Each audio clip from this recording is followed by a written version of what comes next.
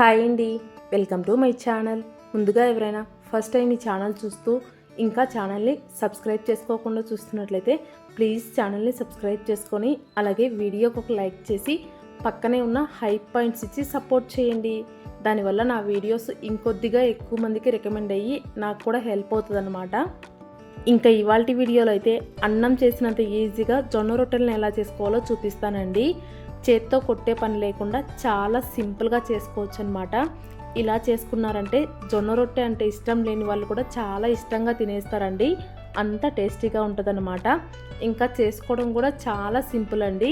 ఈ రొట్టెకి కనుక ఒక్కసారి అలవాటు పడ్డారంటే ఇంకా రెగ్యులర్గా ఇదే కావాలంటారనమాట. అంత టేస్టీగా ఉంటుంది.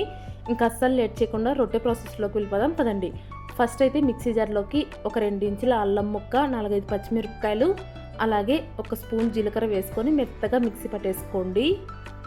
ఈ పేస్ట్ అయితే మీరు చేసుకునే రొట్టె క్వాంటిటీని బట్టి వేసుకోండి. ఇక్కడ నేనైతే 2 కప్పుల జొన్న పిండికి ఇంత క్వాంటిటీలో పచ్చిమిరపకాయలు, అల్లం అయితే తీసుకున్నానండి.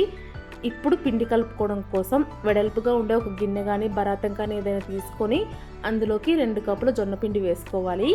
అందులోకి మిక్సీ పట్టి పెట్టుకున్న పేస్ట్, సన్నగా కట్ చేసి పెట్టుకున్న మెంతికూర, మునగాకు, కొత్తిమీర, కరివేపాకు, అలాగే సన్నగా కట్ చేసి పెట్టుకున్న పాలకూర కూడా. ఇక్కడ నేను చెప్పిన ఆకుకూరలే వేసుకోవాలని లేదండి, మీ దగ్గర ఏవి ఉంటే అవి సన్నగా కట్ చేసుకొని వేసుకోవచ్చు అనమాట. ఇప్పుడు అందులోకి ఒక చిన్న సొరకాయని పైన తోలు తీసేసి ఇలా తురుముకొని వేసుకోండి. ఒకవేళ మీరు తీసుకునే సొరకాయ కనుక బాగా లేతగా ఉంటే పైన తొక్క తీసేయాల్సిన అవసరం లేదండి, డైరెక్ట్గా తురుముకొని వేసుకోవచ్చు. అలాగే ఒక క్యారెట్ని కూడా ఇలా తురుముకొని వేసుకోవాలి. ఇంకా ఒక మీడియం సైజులో ఉండే ఉల్లిపాయను కూడా తురుముకొని వేసుకోండి, టేస్ట్ బాగుంటుంది.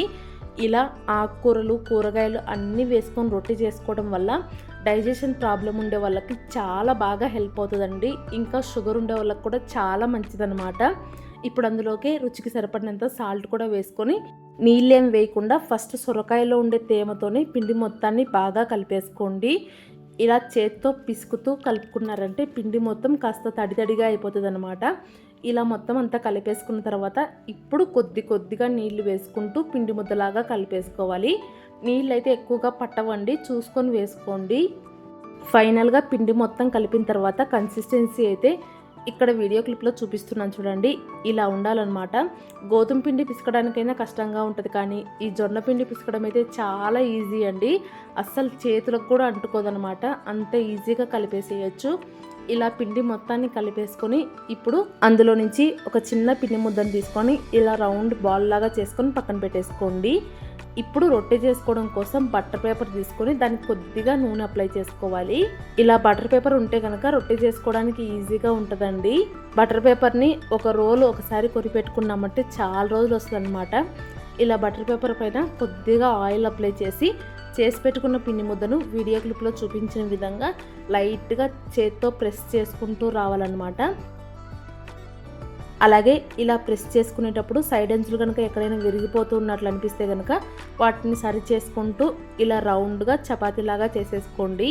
చేయడం పెద్ద కష్టమేం కాదండి, ఒకటి చేశారంటే ఆటోమేటిక్గా అలవాటైపోతుంది అనమాట. ఒకవేళ ఇలా నొక్కునేటప్పుడు పైన చేతికి పిండి కనుక అంటుకున్నట్లయితే లైట్గా చేతికి ఆయిల్ అప్లై చేసుకొని ఆ తర్వాత ఇలా పల్చటి చపాతీలాగా చేసుకోండి. ఇప్పుడు ఈ రొట్టెని కాల్చుకోవడం కోసం స్టవ్ పైన పెనం పెట్టుకొని పెనం బాగా వేడెక్కనివ్వాలి. పెనం బాగా వేడెక్కిన తర్వాత పెనం మొత్తానికి ఇలా లైట్గా ఆయిల్ అప్లై చేసేయండి. ఆ తర్వాత చేసుకున్న రొట్టెని ఇలా బటర్ పేపర్తో సహా తీసుకొచ్చి పెనం పైన రివర్స్లో వేసేయాలి. ఇలా వేసిన తర్వాత పైనుండే బటర్ పేపర్ని నెమ్మదిగా తీసేయండి. అలాగే బటర్ పేపర్ని తీసేటప్పుడు ఒకటేసారి లాగేయకుండా నిదానంగా నెమ్మదిగా తీసుకున్నారంటే ఈజీగా వచ్చేస్తుందండి. చూసారు కదా ఎంత చక్కగా వచ్చేసిందో. ఇలా వేసుకున్న తర్వాత మంటని లో టు మీడియం ఫ్లేమ్లో పెట్టుకొని కాసేపు కాలనిచ్చారంటే పైనుండే తేమ మొత్తం ఆరిపోతుంది అనమాట. ఆ టైంలో ఒక స్పూన్ ఆయిల్ని ఇలా రొట్టె మొత్తానికి వేసుకొని అప్లై చేసుకోండి. ఇక్కడ ఆయిల్ ప్లేస్లో నెయ్యి అయినా వేసుకోవచ్చండి, నెయ్యి వేసుకుంటే ఇంకా టేస్టీగా ఉంటుంది అనమాట. ఇలా రొట్టె ఒకవైపు కాలిన తర్వాత గరిటెతో నిదానంగా రెండో వైపుకు తిప్పేసుకోండి. రొట్టె బాగా కాలి ఉంటేనే చక్కగా వస్తుంది అనమాట, లేకుంటే విరిగిపోతుంది. ఇలా ఒకవైపు కాలనిచ్చి రెండో వైపుకు తిప్పేసుకోండి. ఇలాగే 2 వైపులా తిప్పుకుంటూ కాల్చుకున్నారంటే టేస్టీగా హెల్తీగా జొన్న రొట్టె అయితే రెడీ అయిపోతుందండి. చాలా చాలా టేస్టీగా ఉంటుంది అన్నమాట. ఇలా రెండు వైపులా చక్కగా కాల్చేసుకొని తీసేసుకోవడమే. చూసారు కదా ఎంత చక్కగా వచ్చిందో. ఇలా ఒక రొట్టెను కాల్చుకుంటూనే ఇంకొక రొట్టెను బటర్ పేపర్ పైన రెడీ చేసి పెట్టుకోండి. ఒక రొట్టె కాలంగానే మళ్ళీ పెనం పైన ఆయిల్ వేసి రెండవ రొట్టె కూడా వేసి కాల్చేసుకోవడమే.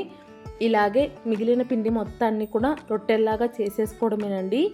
ఇలా చేసుకున్నారంటే ఎన్ని రొట్టెలైనా కూడా అవలీలగా చేసేసుకోవచ్చు అనమాట. పెద్దగా కష్టం కూడా అనిపించదండి, చాలా ఈజీగా అయిపోతాయి, ఇంకా చాలా చాలా టేస్టీగా ఉంటాయి అన్నమాట. చూసారు కదా రొట్టెలు ఎంత బాగా వస్తున్నాయో.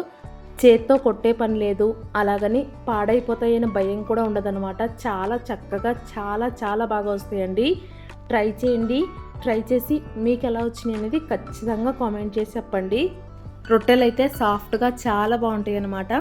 ఈవెన్ పండ్లు లేని వాళ్ళు కూడా ఈజీగా తినేసేయచ్చండి, అంత బాగుంటాయి. ట్రై చేయండి.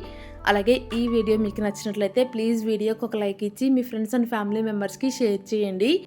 ఇంకా కొత్తగా ఎవరైనా మన ఛానల్ చూస్తున్న వాళ్ళు ఉంటే ఛానల్ని సబ్స్క్రైబ్ చేసుకొని సపోర్ట్ చేయండి. ఉంటాను, బాయ్.